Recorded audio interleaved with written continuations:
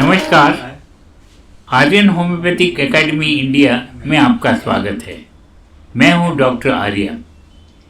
Hahnemann की life और उनके वर्क की श्रृंखला में आइए आगे बढ़ें।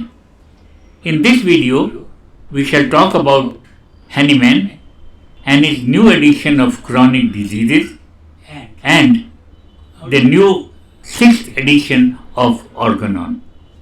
The young couple shifted to North Paris in the midst of hustle and bustle life in the city, living quiet, remote and pure country air free from all noises, which Hahnemann got used to. 1837 and the prestigious new address was number 1 Rue de Milan, to which Hahnemann adopted soon, living in a palatial residence on a lavish scale.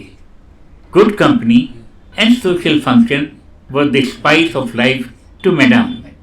Famous American actress and Cora Maubotta described this luxurious residence of Hahnemann in her memoir, Who Came to Paris to Take Treatment from Him.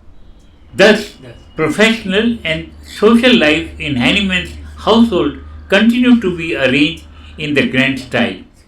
His practice too grew in a style not only in number but also in number of elite clientage.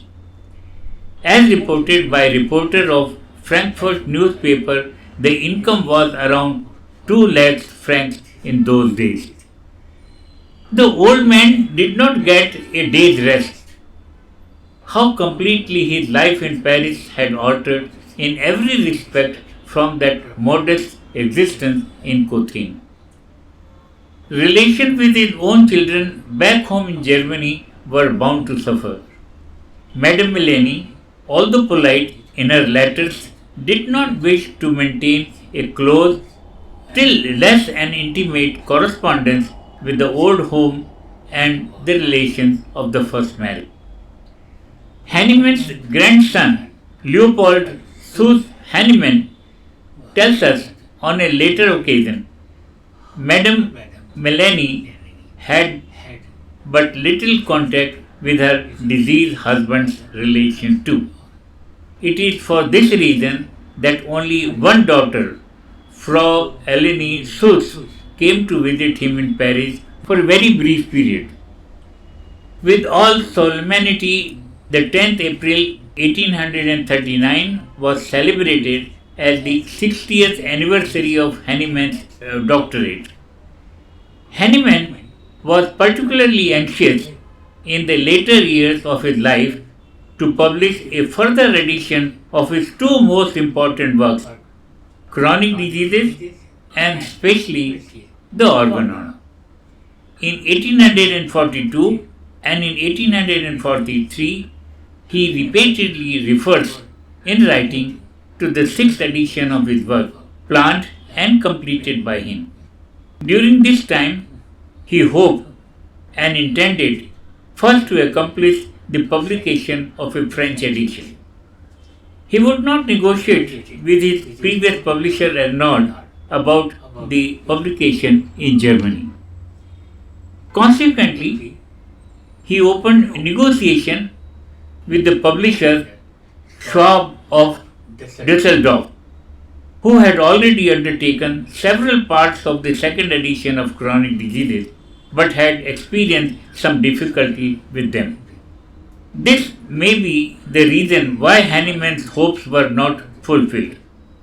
In February 1842, the revision and extension of the 6th edition of the Organon was completed, and in August he had even announced its early appearance.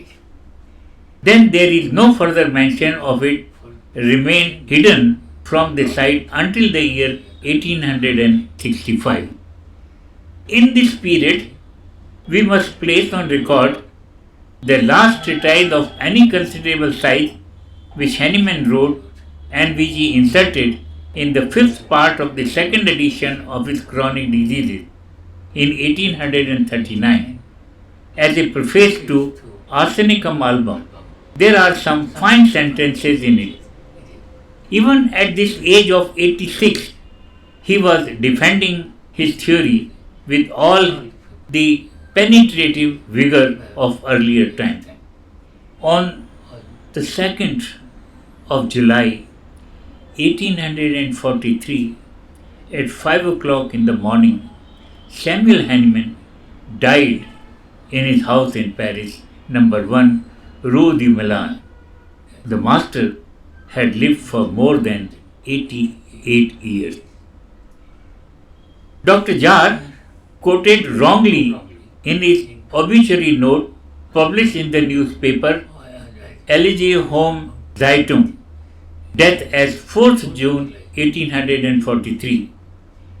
It is difficult now to ascertain whether Jar genuinely made mistake or was it a printing mistake, the printer's devil. But Dr. Amige made a mistake by quoting Jar's date in his otherwise excellent book on history of homeopathy, its origin and conflict. This error was rectified by going through the official death certificate of Dr. Hahnemann subsequently. इस अंक में इतना ही. अगले अंक में इस श्रृंखला को आगे बढ़ाएंगे. धन्यवाद.